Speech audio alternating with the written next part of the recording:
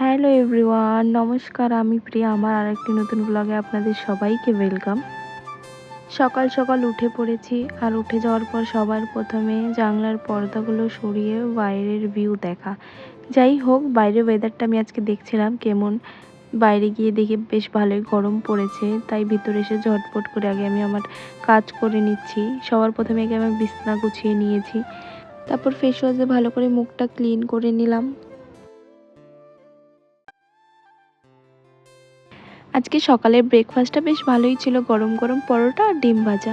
আর আজকে রান্না করব ঝিঙে আর ডিমের অমলেট কারি।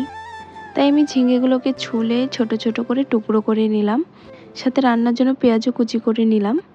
পেঁয়াজ আর কাঁচা লঙ্কা দিয়ে ডিমটাকে ভালো করে ফেটিয়ে নিয়ে আমি তেলের মধ্যে ডিমটাকে দিয়ে ভালো করে ভেজে নিয়েছি। তারপর মশলার আলু দিয়ে ভালো করে কষিয়ে নিয়ে তৈরি করে নিলাম এই দুপুরের দারুণ একটি পদ।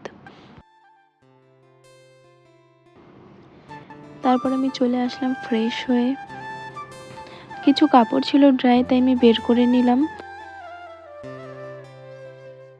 আর আমাদের বেলকনিতে এত ধুল হয়, তাই আমি গাছটাকে একটু ধুতে গিয়েছিলাম, আর ধুতে গিয়ে দেখি টাবটা ফেটে গিয়েছে।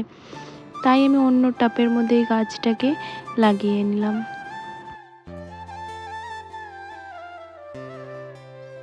আর আজকের দিনটা আমার এইভাবেই কেটে গেল। Tata, by.